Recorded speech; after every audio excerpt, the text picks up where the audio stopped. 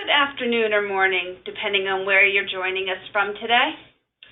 My name is Ashley Pecora. I am counsel in Thompson Hine's Commercial and Public Finance Practice Group. I'd like to welcome you to today's webinar. This is the third in a series of webinars hosted by Thompson Hine's ESG Collaborative that will address how the increasingly important ESG elements of modern business can factor into transactions, long-term strategies, business operations, and disclosures for all types of companies. Before we begin, a few housekeeping items. Today's program is being recorded, and we will send a link to all attendees within 48 hours of today's presentation. If you have any questions during this webinar, feel free to use the question box located in the control panel on the right side of your screen to submit questions. We will answer as many of the questions as we can at the end of the webinar. We will be offering CLE credit for today's webinar. Please be sure to complete the online survey confirming your attendance at today's program. You can find the link in the agenda, which can be downloaded from the Handouts tab. We will also be sharing the link in the chat at the conclusion of the program when we read the CLE code. In the handout panel, you can also download a copy of the PowerPoint slides and bios of today's speakers. Again, thank you for your interest, and if you have any questions as we go along, please use the question box. All right. I'm delighted to introduce my Thompson Hine colleagues. Joining me today are Energy Partner Greg Chafee and Environmental Partner Tanya Nesbitt. Unfortunately, Alexis Kim from our tax group was scheduled to present, but a personal matter has arisen and she's unable to join today. If questions arise for Alexis, we will pass them on to her and have her get back to you. So thank you for your understanding. In addition, I'm pleased to introduce Mark Hann, co-founder and partner of Rockbridge Energy, a leader in solar project development.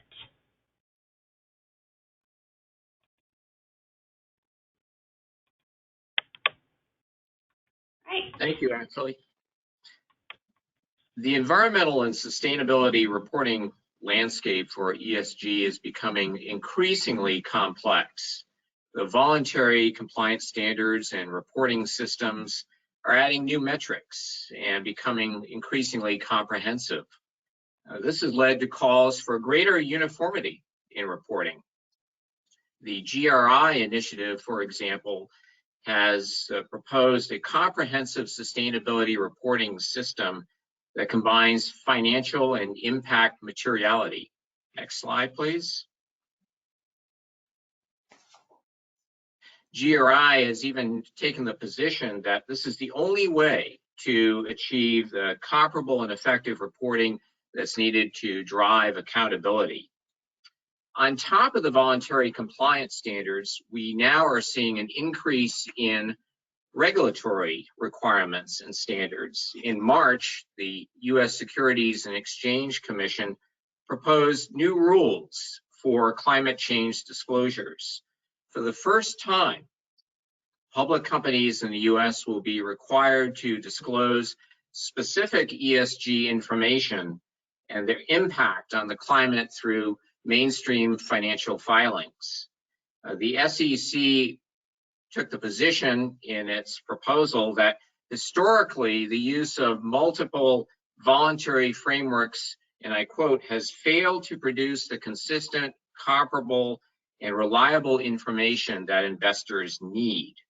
So this has led to fragmentation in reporting, and the proposed rule will leverage the TCFD framework as well as the Greenhouse Gas Protocol, although it does not adopt those frameworks entirely. The prospective rules will cover Scope 1 emissions. Those are emissions from sources that a company or business owns or controls directly, for example, from burning fuel in fleet vehicles. Scope 2 emissions, those are ones that a company causes indirectly when the energy it purchases or uses is consumed. And Scope 3 emissions, which are not produced by a company or a result of its activities, but are indirect. Next, please. So what we are seeing as a result of these increasingly complex voluntary and mandatory requirements, are that companies are raising the bar in terms of ESG standards and reporting. A prime example is Walmart, which has taken the position of targeting zero emissions by 2040. In fact, Walmart recently announced that's allocating over $1 billion to renewable energy, sustainable high performance buildings, and zero waste. And this comes just a year after the company announced that it was issuing its first green bond, which would raise $2 billion to fund projects aimed at advancing sustainability goals. Next slide, please. So there's a whole matrix of opportunities for businesses to implement ESG-related initiatives. And the variety of those projects really depends on the interests and the capabilities of the business. We have seen everything from installation of LED lighting projects to zero waste initiatives, water quality projects, and really the appetite and the interest of businesses is shaped very much by what are the interests of customers of the businesses, the supply chain relationships, the culture of the organization as well has an influence. But the basic bottom line is that there is a variety of opportunities. A recent survey by Harris of 1,500 public and private company executives found that ESG initiatives are a top priority. In fact, with close to 10% of company budgets, in some cases, going to sustainability efforts.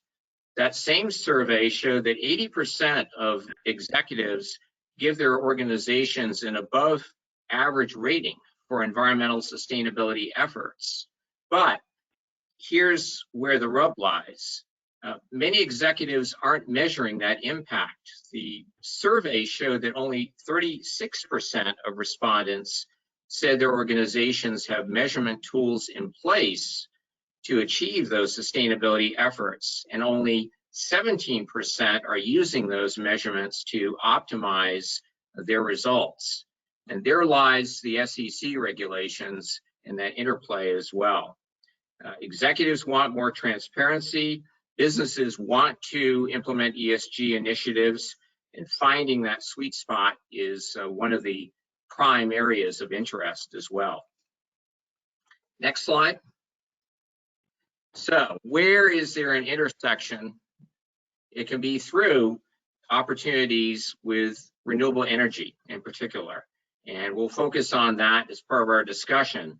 Renewable energy is on the rise in the US market. The statistics support and show that there is a solid increase in the marketplace, and statistics reported by the Solar Energy Industry Association, Principal Industry Trade Group, support that there is a continuation of installations across the board.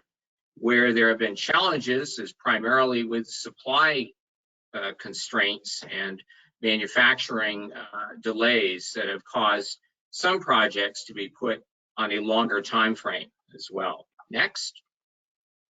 That's Greg, thank you. I just want to jump in and pose a question to Mark. How is what Greg is describing, has that been consistent with your experience on the ground? You know, the kinds of projects you've been engaged in, the challenges you've had to, in getting these projects built? Absolutely. The overall need and I guess requests for more information from corporations throughout all industries has grown tremendously, really over the past 2 to 3 years, and specifically over the past 6 months with the passing of the IRA. So it's always been on the radar for many companies, but now it's becoming a reality, not only because of the IRA passing, but also individual policies within each state that allow these deals to pencil a lot easier for these customers. And whether they're owning them themselves or whether there's a third party owning these benefits or these assets, and the customer still getting the benefits. So it's based on what Greg said, yes, that's mirrored on the ground. And Mark, let's go straight to that. If we could go to the next slide, please. Public policy, Mark, you put your finger on it, is really a major driver in the growth of solar. Prices have come down, technology has changed and improved, but the ability to utilize the federal investment tax credit, as well as tariff changes and the implementation on a state-by-state basis of renewable portfolio standards mandating utility use of renewable energy has driven an increase in the solar marketplace substantially. Next, please. Okay, here we go. The Inflation Reduction Act, or IRA, that Mark referred to, enacted by Congress in August of 2022. It includes an extension of the investment tax credit and the production tax credit as well, and the addition of expanded credits for various technologies, manufacturing, and the ability to utilize and monetize the tax credits across a much wider base, including for carbon capture projects, electric vehicles, and certain other systems that were not previously within the reach of those tax credits. So it's a substantial change that is having a real impact and projecting to have a tremendous growth impact on the solar industry. Next, please. Greg, if I can just interrupt 1 second. I know we're talking about income tax credit, production tax credit. I imagine a good chunk of our attendees know what those refer to with the ITC and PTC. But if you don't mind, could you just give us like a very 30,000-foot overview of what those credits are? So the investment tax credit relates to equipment that's used in the manufacturing or in the production of solar energy. Production tax credit relates to the actual output generation from a system as well. Mark, one of the questions that has come up is, with the IRA, are some projects going to be structured more towards the utilization of the PTC than the ITC? I'm kind of curious what you're seeing as well in the market. Our experience and discussions so far have initially it was around the PTC because that's new to our side of the business on the solar side.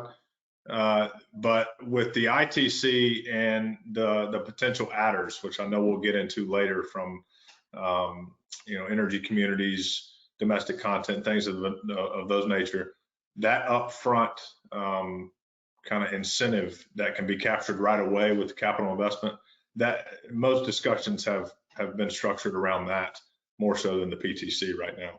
And two, the increase from 26 to 30, I mean, for years, we were preparing for step downs, right? And we were preparing from a 26% to a 22% next year.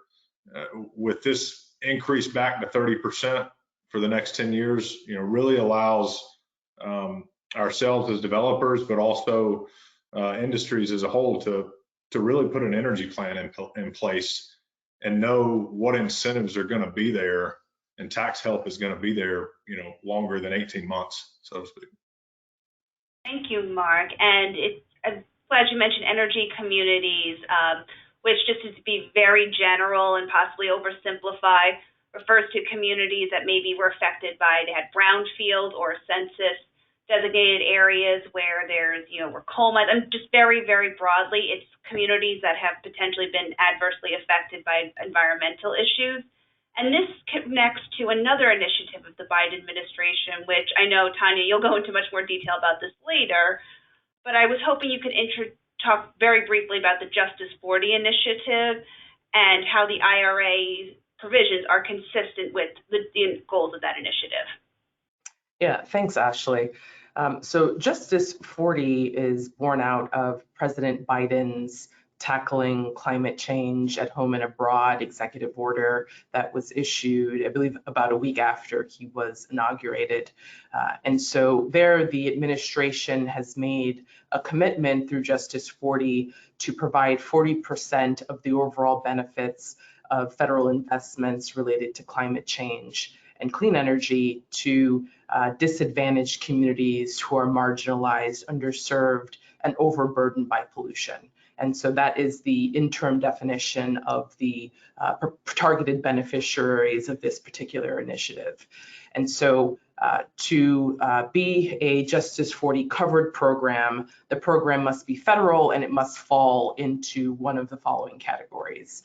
It must relate to climate change, clean energy and energy efficiency, clean transit, affordable and sustainable housing, training and workforce development, remediation, reduction of legacy pollution, or the brownfield development that you just mentioned, Ashley, and development of critical clean water and wastewater infrastructure. So I like to think of it as an equitable and inclusion program for the federal government to work with new programs as well as existing programs to make sure that communities that historically disproportionately felt the burden of pollution and climate change receive some benefits to ameliorate the devastating consequences of that. It's not a one-time investment. And so that makes it a bit different from the provisions under the IRA, which are intended to work more broadly with state municipalities, even private individuals, to access federal funding that potentially could be outside any of these program areas that I mentioned. So it is broader in scope in terms of the actors and those that can engage and develop programming. But I think the goal here is the administration wants to build on its environmental justice work. And so the funding through the IRA is a continuation of that. But the programs in practice will operate a bit differently, like I said, with the IRA being a bit broader and not yet having a definition of what a DAC or a disadvantaged community will look like. Right. No, and I'm glad you mentioned that, because that's something we're going to talk about a little more, because one ongoing theme we will see here is that while the law was passed in August, there's still a lot of regulations and a lot of guidance that's being requested by the IRS, the DOE, EPA on various aspects.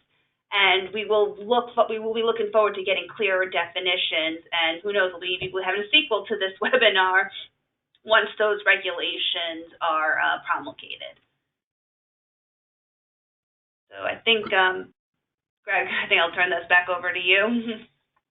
Yeah, actually, as Mark was saying, the IRA gives the solar industry in particular the most long-term certainty that it has had with respect to the federal tax credits incentives.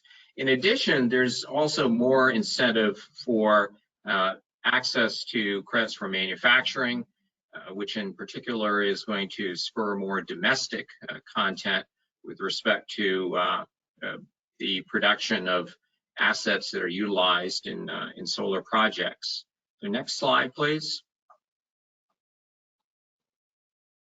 So bottom line, you can see the industry's projections are for a substantial growth, up to 40% over the next 5 years, with some very impressive targets in terms of achieving growth and generation of revenue in the solar industry over that period of time. Next, please. Well, Mark is focused, I would call, on the ground or on the rooftop solar development that includes power purchase agreements or PPAs that deliver power from a project to a customer.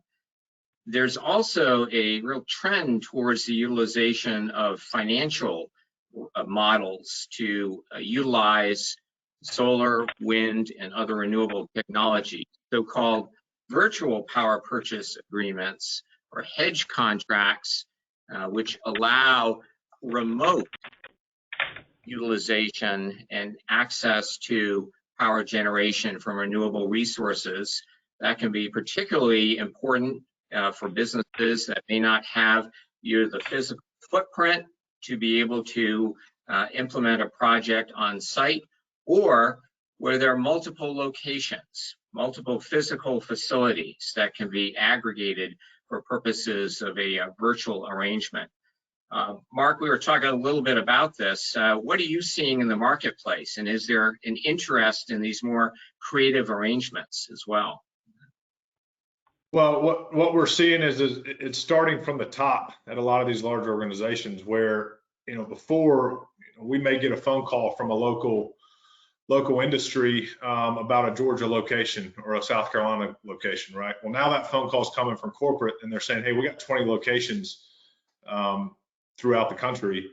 Help us figure out the best way to, reduce our carbon footprint. So I think that stems from what we talked about a little bit earlier with companies are realizing that there is that, let's say 10-year, forecast, and a company can say, hey, when we put a goal out to reduce our carbon footprint by a certain amount by 2030, you can actually put a 7-year plan together for the next 10 years with accurate numbers. So instead of feeling rushed, that company feels like, okay, I have time to actually put a plan together at each location. And talking about these virtual PPAs, Greg, if there's 4 or 5 locations in a certain market, a lot of those policies are shifting towards this virtual PPA route, which makes a lot of sense, where you get economies of scale savings to the customer, where building one larger solar array is more cost effective than building 5 smaller ones at your plant. And more and more power companies are getting on board with the fact that they want to serve their customers that have this need. So it becomes a 3-way partnership at that point between developer, company, and power company. It's a great point. Next slide, please. So we're seeing some very innovative arrangements as well that have been announced publicly. For example, BASF entered into a VPPA for wind and solar, about 250 megawatts to power sites across the US, designed to offset carbon intensive and grid supplied electricity used at over 20 manufacturing sites. Recently, EDF Renewables announced that it had entered into a virtual PPA deal for about 1,200 McDonald's outlets around the country.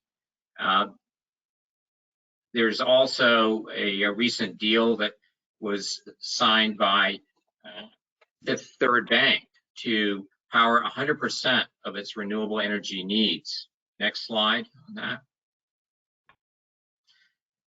And this was a really almost an historic first step by a company to achieve 100% renewable energy goals through the use of a single virtual power purchase agreement through the use of one solar facility to offset carbon emissions. So there's some tremendous opportunities, Mark, as you're saying, and it really is a matter of the appetite and the interest of businesses and corporations. And as you said, a lot of this starts from the C-suite perspective on that. Next slide. So in addition, there is increasing interest in energy performance contracting. Energy service companies are being brought in as well to provide a broad range of solutions and services. It's really that matrix of not only on the ground or on the roof power purchase project, but conservation initiatives, retrofit projects we're seeing as well. Mark, I'm interested in your thoughts on that. Are you seeing where companies are saying, we want to do a range of projects to increase our sustainability initiatives and profile? Yes, we have a very solid ESCO partner that we work with on a multitude of projects. And we've seen a lot of it with county government, county schools, where the ESCO comes in and offers this range. We're seeing more and more with private business now. So, it's not just a one-off solar project all the time. It's they want to look at everything as a whole. The company wants a one-stop shop. They would rather have one ESCO partner than have 10, energy efficiency partners. So we are seeing a pickup in that. Next slide, please.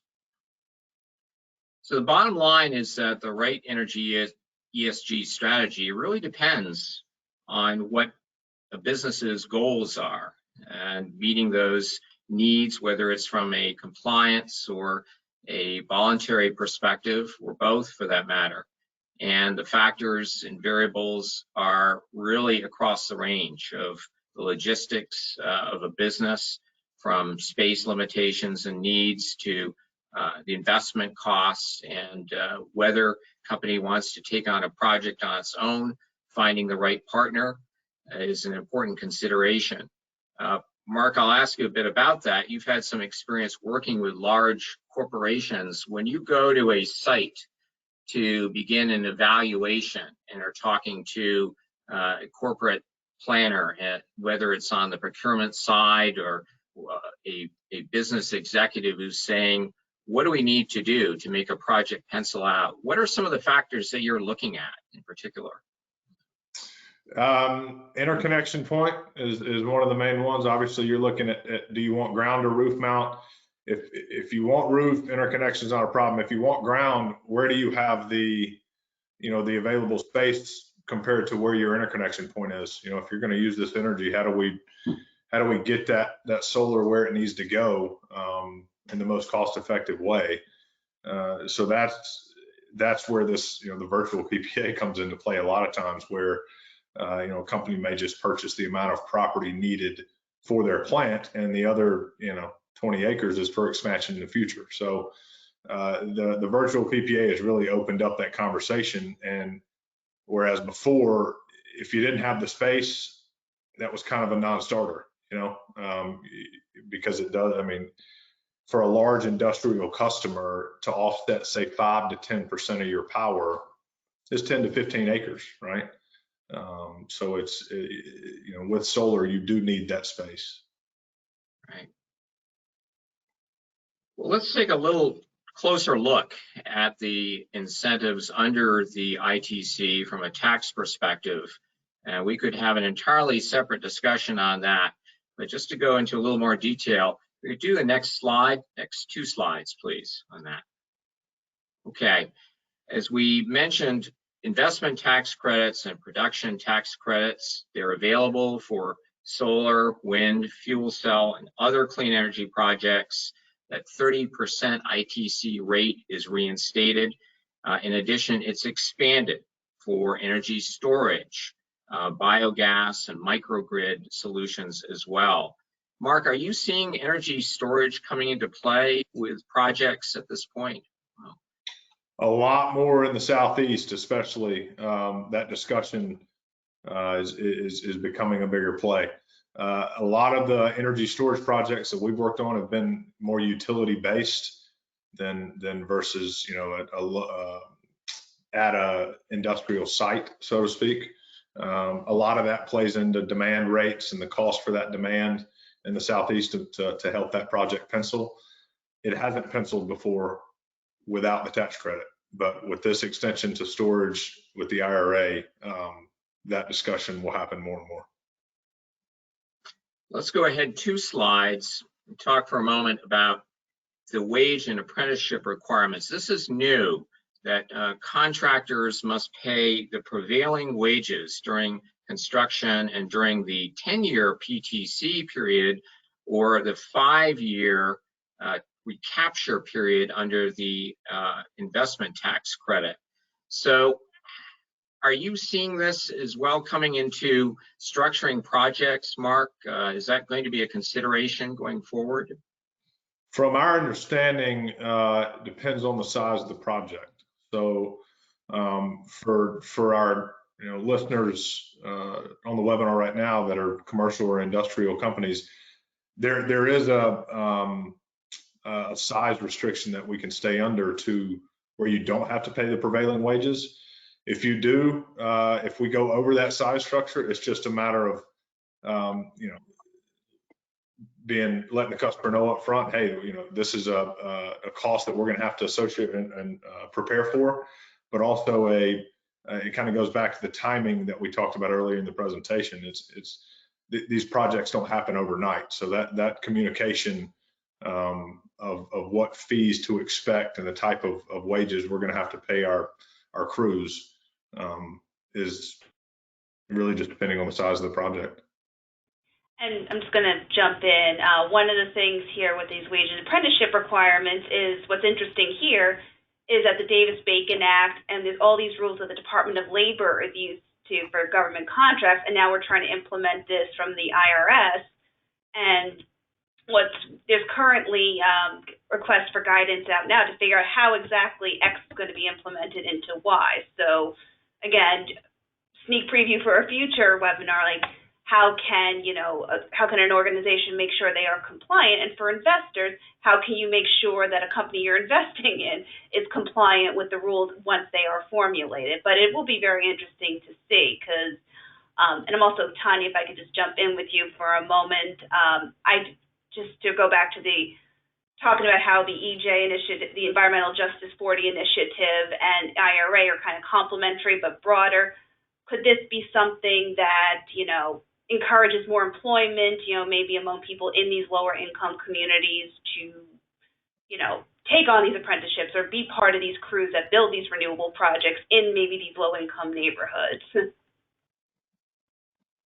Yeah, I think it certainly could be. I think it's too early to see how particularly EPA will utilize and deploy much of that funding. But I think specifically with the IRA, the goal there is to have more local community participation and particularly participation from communities that have historically been excluded from these processes. So the goal still is to create and bring jobs in these sectors, as you've highlighted.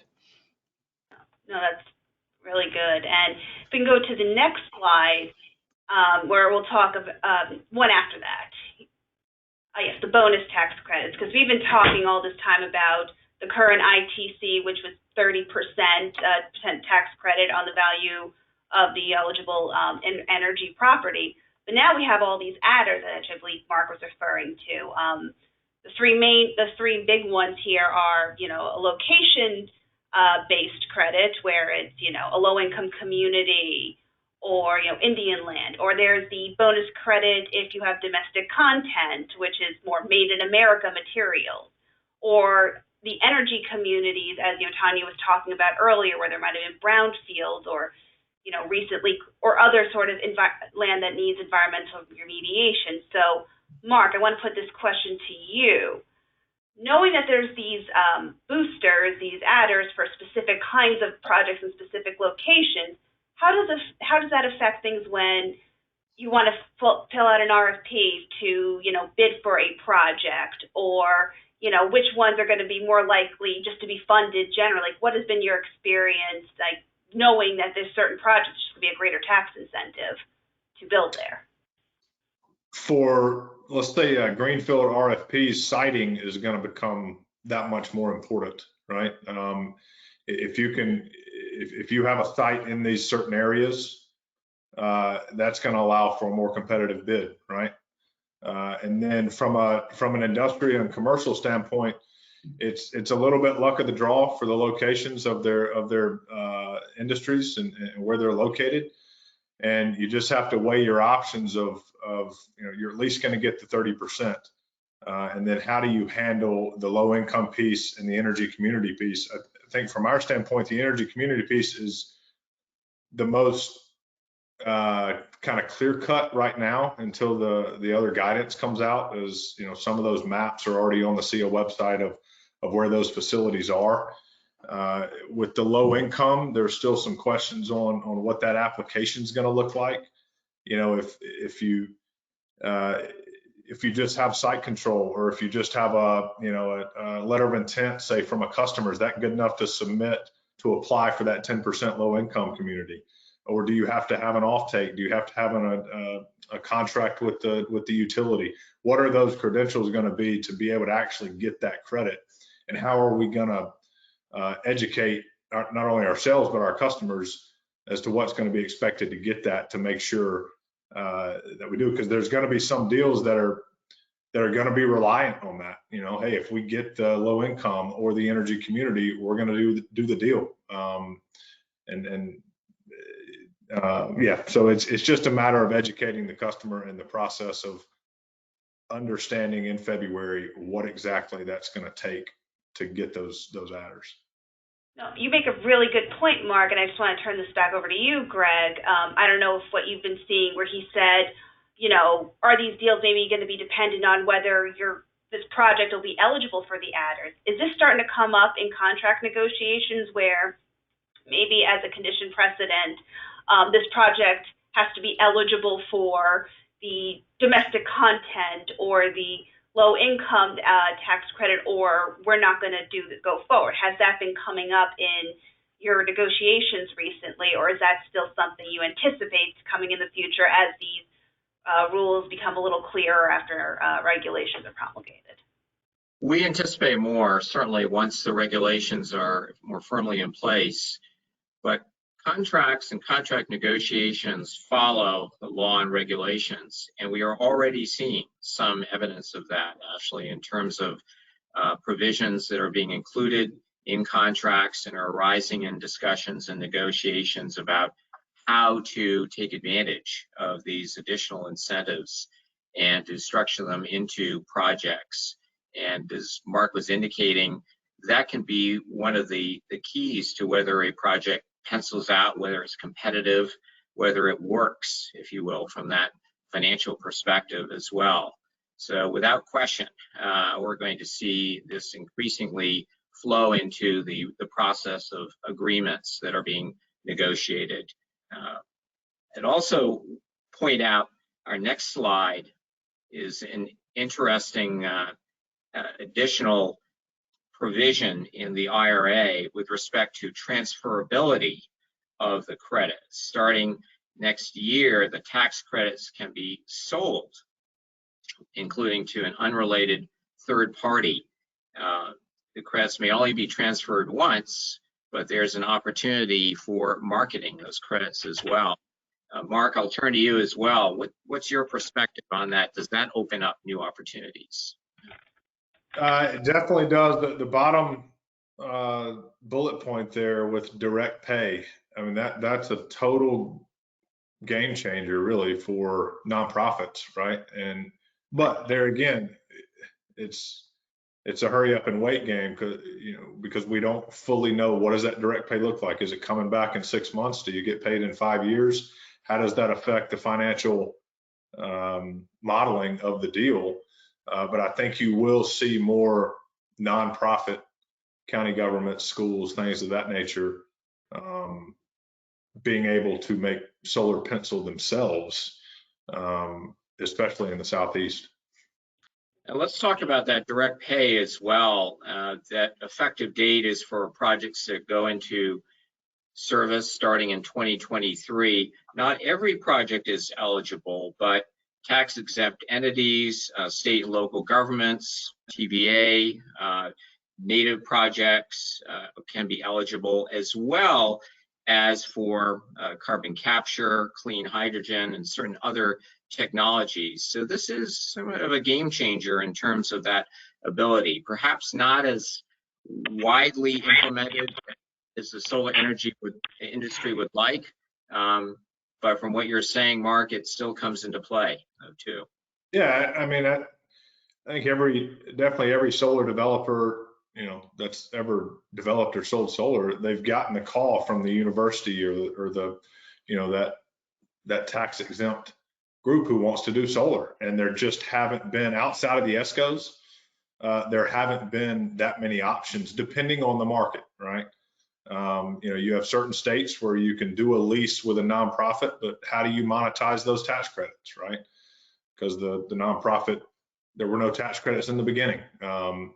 So it's going to free up some of those projects, and to the ESCO point, it's just going to help we think help their business case to their customers. Thank you, Mark. Go ahead. No, I was going to say thank you, Mark. I mean, this is a point that's really coming up. There's all these additional incentives, more fluidity of incentives, that can potentially stack. I'm seeing, just looking at the clock right now, and I know we have a whole section on the environmental justice. So you can just go to slide 35. I just want to turn that over, because on top of all the IRA items and all these different tax credits, which Alexis, she's, aware of what's going on. And if you have questions specifically about those, please send them our way. But I want to talk a little more about how the EPA and all those other industries and environment and the Justice 40 initiative are going to play in this field. So, Tanya, I'm going to turn this over to you. Thanks, Ashley. So the IRA really is a signature legislative achievement for the Biden administration. And to date, it is the most significant action the federal government has taken on clean energy, climate change, and environmental justice. And so I'll be talking about the heart of the environmental justice, or I may refer to it as EJ provisions of the Act. And we'll also talk a little bit about permitting, which is also extremely important to achieving many of the goals that Greg and Mark spoke about earlier. So the elephant in the room, why is it called the Inflation Reduction Act? What does all of this have to do with inflation? I regret to inform you that I am not entirely sure. It seems as though there were political motivations, perhaps, in naming it inflation reduction, that perhaps the Democrats wanted to be able to capitalize upon this signature legislative investment at midterms vis-a-vis current inflationary levels. There's certainly provisions of the Act that in some ways seem anti-inflationary and will certainly increase demand for certain technologies. So not entirely sure of the answer. Next slide, please. So just to give a snapshot again of the environmental initiatives here, I wouldn't want you to walk away without a much broader picture and sense of certainly the Act's aims. But here you have many of the tax credits and production tax credits and investment tax credits that Greg spoke of earlier, specifically for solar, wind, geothermal, and other renewable energy products. There's also tax incentives for the manufacture and purchase of electric vehicles. Clean air is a very large focus of a lot of the funding. And so there's some additional sections to the Clean Air Act that will be meant to address air pollution and provide for the provision of monitoring of air pollution. The environmental justice provisions, as I mentioned earlier, are the first time we've seen codification of such initiatives in a federal statute. And we have about $40 billion there allocated for communities directly that are facing environmental justice concerns. So the law commits about $369 billion to support a transition to a clean energy economy and reduce greenhouse gas emissions. And climate resiliency is also, I think, a big focus here because it is critical in the fight for climate change. And so grant money has been allocated for new things like the new agricultural management practices and ways to reduce methane gas. Next slide, please. So I spoke a little bit about climate resiliency. There you see additional provisions for forestry support and conservation and urban planning. Obviously, decarbonization, again, another big focus. And so there are a number of federal dollars allocated there for the procurement of clean technology. And there's some other provisions of interest related to renewable energy in tribal communities and water supply and money for improved water infrastructure as well. Next slide, please. So we spoke a little bit earlier about President Biden's executive order that was meant to really focus the administration's priorities on environmental justice, issued shortly after he became president. Just to give you sort of a broader sense of some other provisions that address environmental justice that were in that executive order. So one was the creation of the White House Environmental Justice Interagency Council. And that council is made up of members from the Council of Environmental Quality, EPA, and several cabinet agencies, and they will meet on a regular basis to coordinate and discuss all government commitment to environmental justice. And so that council is broken into subcommittees that will deal with things like NEPA, the National Environmental Policy Act, which I'll talk more about a little bit later, natural disasters, and issues affecting Native Americans and Indigenous people. The executive order also formed the White House Environmental Justice Advisory Council, and that body is charged with making recommendations on how to address current and historic environmental injustice. And so the members there are appointed by the president and include people that we may refer to as activists in this particular space. The government also created an environmental justice scorecard. And in August of 2022, CEQ solicited feedback on what processes and markers should be used to score whether a federal agency is actually achieving progress on environmental justice. And then another important data collection tool mentioned in the executive order is the creation of the climate and economic screening tool.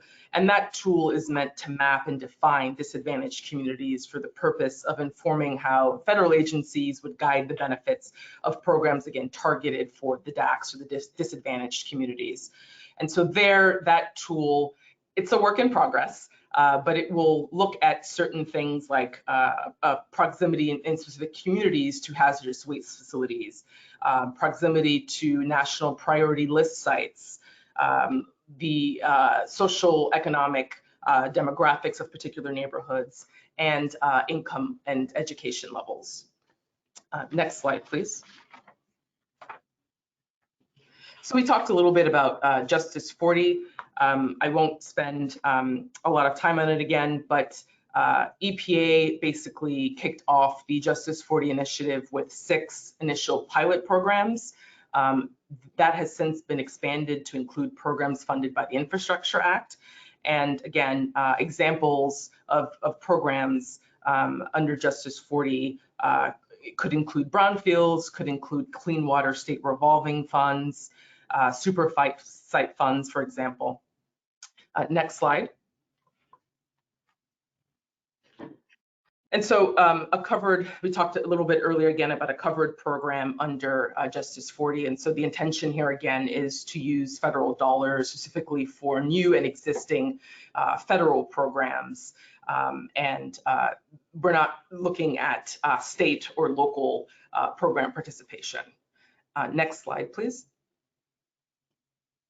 And this is just a snapshot to give you a sense of the breadth of the different federal agencies that will have programs covered by Justice 40. So we talk about Department of Interior, the Army Corps of Engineer, Department of Homeland Security, EPA, of course, Veteran Affairs, Department of Transportation. It's an all government approach and vastly significant effort. Next slide, please. So turning back to the IRA again, which is an extension of the administration's sort of efforts and commitment to environmental justice, we have lots of dollars to spend in a variety of areas. And so just to give you an example, we have, for example, $27 billion dedicated to the Greenhouse Gas Reduction Fund. And that is meant to support competitive grants to national and local green banks who will then use the monies to invest in projects and innovations intended to reduce or avoid greenhouse gas emissions or other forms of air pollution. And that particular fund would be administered by the EPA. Another example, $3 billion in grants was given to reduce air pollution at ports. And so the idea there is that the program will award grants and rebates for the purchase and installation of zero emissions equipment and technology at ports, as well as develop climate action plans for ports in the United States. Thank you, Anya. I just wanted to stay on this slide for a minute, just so, like you said, we can focus on the breadth of programs that are being made available to build renewable energy facilities and otherwise, satisfy various ESG concerns. So I'm going to pose a question to Mark and then a question to Greg. So Mark, for you, have these grants affected, certain projects that affected the decision of your company on what projects you would like to bid on, knowing that these dollar amounts are available? And then after that, Greg, I want to go, to what extent do these provisions have been factoring into what you were going into earlier, how the SEC has been, requesting certain information and tightening their ESG reporting guidance? I'll go first, Greg. These grants, I guess in general, have not really come up yet in many of our discussions. To be honest with you, some of these grants here, which are great opportunities, are some that I'm learning about for the first time, to be honest with you. So we have not seen that in RFPs yet, or with any discussion with customers. In terms of what's going to take place with the implementation of rules from the SEC and possibly from other agencies, IRS related rules, Treasury rules implementing the IRA, it's very likely that there will be an increased focus on the reporting side and being able to document from the standpoint of a business or a company the compliance measures, the protocols that are in place to ensure that certain objectives and targets are met, and how that accountability can be traced back and tracked as well. So we're going to see, I think, much more of an emphasis and a focus on those internal management processes as part of the regulatory approach as well. Thank you, Greg. And I just want to go back over to Tanya and talk a little more about how we're going to implement the regulatory approach, how we're going to implement these initiatives. So back over to you, Tanya. Next slide, please. So just to dovetail with Mark's comments, there are still a lot of open questions about implementation. And I think that is underscores really the importance of public participation in the available periods that are through EPA and the IRS, for example. So we have a lot of discretion here for federal agencies really to define who the beneficiaries are. Still a bit unclear. Unclear whether things like race will be a factor that will be considered. The environmental justice community has been very vocal that it should be. Obviously, the administration has been a bit cautious about that because it wants all of this obviously to survive litigation challenges. So unclear. Who will be eligible to apply? Must the applicants pay before accessing the benefits? I mean, so far we've seen that the majority of the available monies don't require federal cost share, and I think that was intentional so that applicants don't have to raise a portion of the capital before a project begins. And how will a successful applicant be selected? Unclear sort of what the competitive requirements will be. So there is concern, obviously, that because the IRA funding is intended to be more localized and specialized for communities that may not have historically had access to the requisite capital, there is concern about the administrative burden, right? And so if the selection process or the application process is too complex and unwieldy, do these organizations essentially have the administrative wherewithal to be able to navigate them successfully and demonstrate their worthiness? That's still an open question. Next slide, please. I guess the administrative burden question really, I guess, is a double-edged sword because the government also has to beef up its administrative wherewithal, obviously, to be able to administer these programs. And so EPA recently created the Office of Environmental Justice and External Civil Rights to be able to oversee the creation of some of these block grant programs. And hopefully that will lead to a more responsive process. Next slide, please. So I spoke about public participation, and so that option is very much available to comment on how the EPA, for example, should allocate funding for things like air quality and methane emissions and pollutants. They are undergoing stakeholder listening sessions right now, and so you can speak directly to staff personnel on your thoughts as to how these programs should be administered. Next slide, please. So we've talked obviously a lot about the administration's goals for things that are essentially climate resiliency, climate change, and clean energy. And so it is particularly important that the administration has a permitting process that is able to achieve many of these goals in a timely and predictable fashion. And so because of a lot of industry complaints related to things like NEPA's environmental permitting process in 2015, the government under Title 41 created an agency called the Federal Permitting Improvement Steering Council. And the goal there was to bring some predictability to the permitting process and also shorten the windows. There were studies that were done that determined that it was taking sometimes 10 years to get a project approved from submission through having the environmental review completed. Next slide, please. And so in order to be a covered project under the FAST 41 or the statute, you have to satisfy 3 criteria. And so a covered project requires an investment for $200 million. It has to be subject to NEPA, and there cannot be some sort of abbreviated off-ramp for authorization under another law or regulatory process. Next project, please. Next slide, please.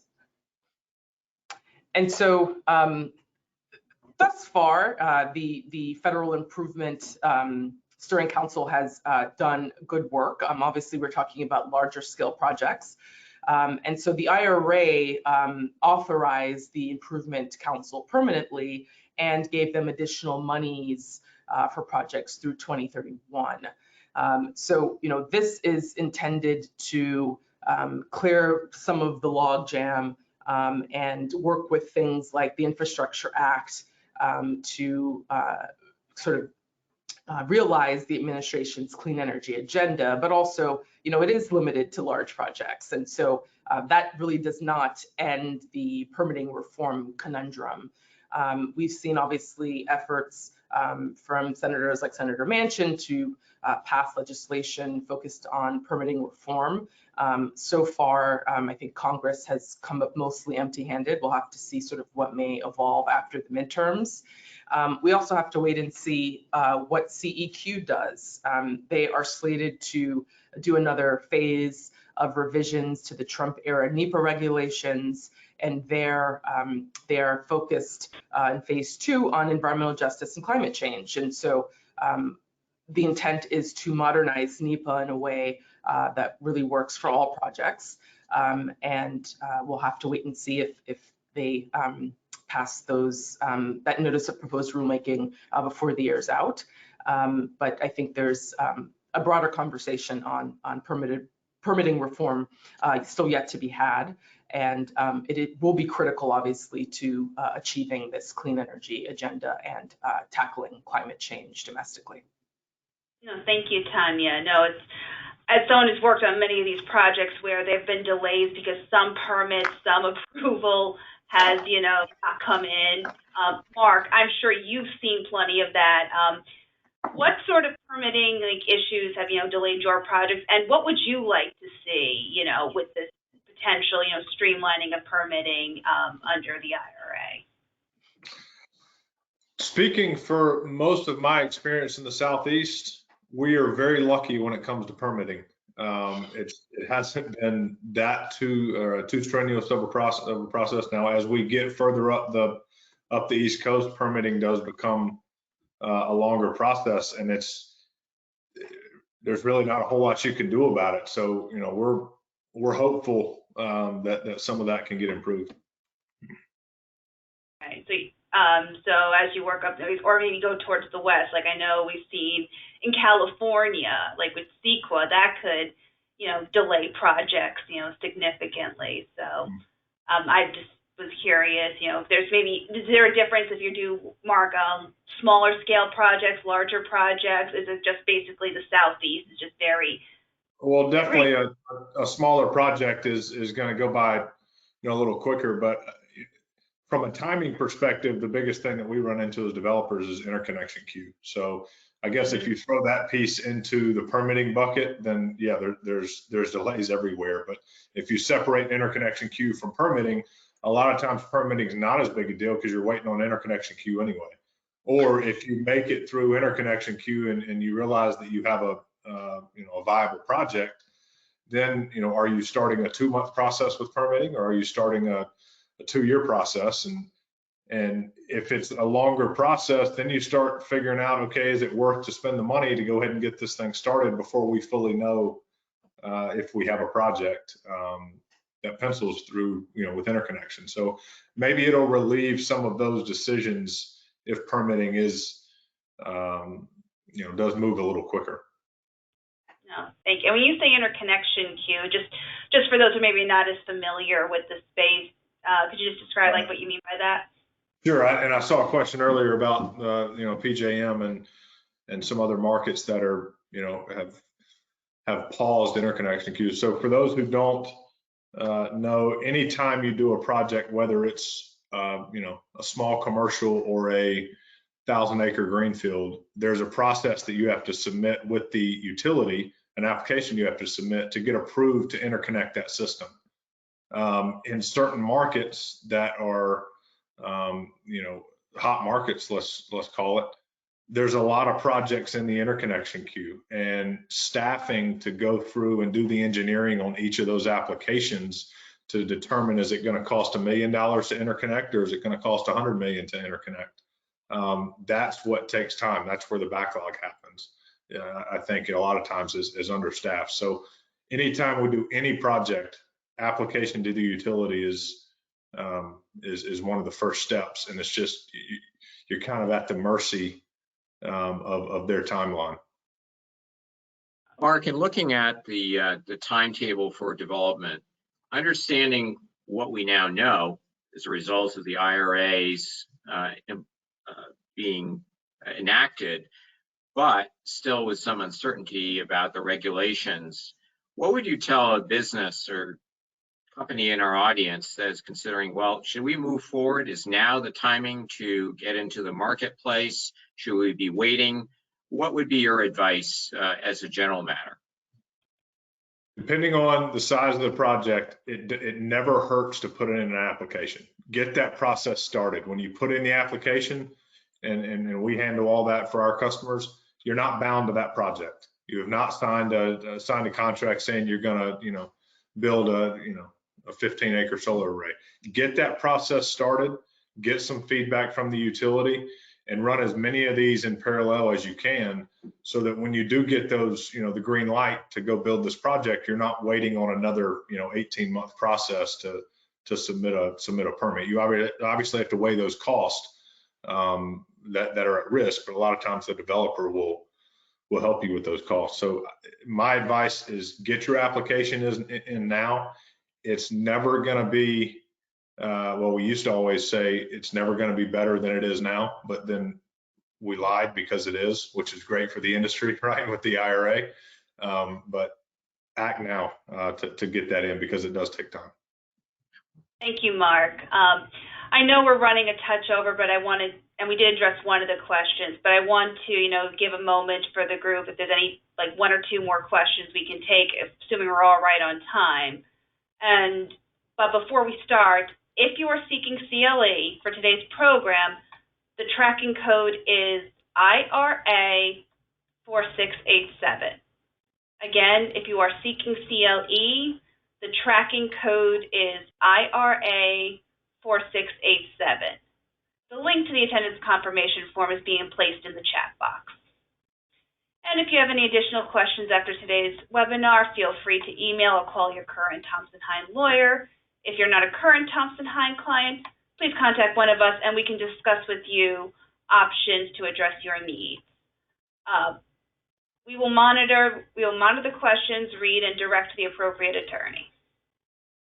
So I'm just taking a quick look to see if there's any questions, but while we're waiting on that, just to give everyone a minute to send them if necessary, I'll pose the question to each of you, Mark, Tanya, Greg. A current, running theme through all our presentations is there's still a lot that's, being, solidified, being ironed out. You got to have regulations coming in. What is one thing in particular you are keeping a close eye on in terms of a new rule, a new policy, new available money? Is there a particular thing, one particular thing that you or you would advise your client to keep an eye on for the purposes of, developing projects under the new, under the IRA? I'll start with you, Greg. Well, I would be looking at the implementation by Treasury and IRS of some of the particulars in terms of being able to the recapture of the tax credits, for example, the periods of being able to utilize the tax credits. They are mapped out in terms of the law, but there may be certain provisions that will need to be ironed out in terms of the regulations themselves, that level of detail in terms of some of the bonus incentives in particular. And having more clarity about those rules and regulations, I think, is going to be an important consideration to be able to really capitalize in full on the IRA provisions. Mark talked a bit about, I call it the stacking, the ability to take advantage in full of those provisions, and the ability to know how that's going to work and best be structured, I think, is still in play. Mark, I'll defer to you on that as well. Yeah, same for us. I mean, we're submitting bids right now for here's the cost at 30% and here's the cost with adders, and we're just trying to be on the watch out for the gotchas, because there could be, if you go sell a project right now with a 10% adder, and that's guaranteed, and there's something in the application that we didn't foresee to get that 10% adder, guess who's on the hook for that? The developer, right? So there's a lot of situations where we're giving both bids, and I think you have to do that until the rules, so to speak, are in stone. Anya? Yeah, I think just echoing really what Greg and Mark have stated, that really looking to see what the final agency guidance is going to look like, the definition of the terms of communities that are meant to be beneficiaries of many of the programs, more information on the competitive processes, and more broadly, I think I am most interested to see what Congress and CEQ end up doing to sort of modernize permitting reform, because I think that really is going to be at the heart of getting much of this accomplished. And so without that, we are going to be in some gridlock. Okay. All right. I think we have all the questions. I think we have time maybe for one question, unless I do realize we are coming off. So let me just repeat the CLE code one more time, just in case anyone needs to drop off, but we're happy to, answer one or two more questions if need be. But the CLE code is IRA 4687. So let me just scroll through and try to grab one. Okay. So I think this might be a question for Greg. Apologies if covered in brief, but how does the topic of net metering for solar affect the investors of these projects? Does that get regulated as well? And what is the overall view of utilities in regards to the IRA in connection with customer-generated energy? So talk a little bit about net metering. That's a policy matter and utility policy matter as well. It has come up in individual markets as a key consideration in terms of what the law permits, and it does vary on a state basis. Net metering policies, I think, are very much of interest, particularly to the DG, or so-called distributed solar community in particular, as it may have an influence on the price point of projects. Mark, this may be a good question for you as well in terms of your perspective on that. Yeah, just to echo that, I mean, net metering is definitely a state-by-state policy play, and net metering has become a bit of a loose term where, you know, net metering used to be only one-to-one offset, where you're offsetting retail rate, and any overage, you're getting a retail credit. There are some net metering programs that you get avoided cost credit for your overage. So you just have to be careful with that when modeling the financials for the project. But it is a policy, you know, state by state, different in each state. Thank you, Mark. All right, so I appreciate everyone staying with us a little bit over time. If you're not currently receiving our updates and invitations, we invite you to go to Thompson Hine's website and register to receive our mailings under the Insights section of our website. Thank you all for your interest in attending today's webinar. Our next one in the series is No Good Deed Goes Unpunished, Navigating Antitrust Issues with ESG Collaboration. It will be held on December 6th at 1 p.m. Eastern Standard Time, and the webinar will explore the antitrust risks associated with ESG collaborations and discuss best practices for managing them. So I want to thank our panelists, Greg, Tanya, and Mark, for this informative and enlightening discussion. Hope everyone enjoys the rest of your day, has a great holiday, and stays well. Thank you.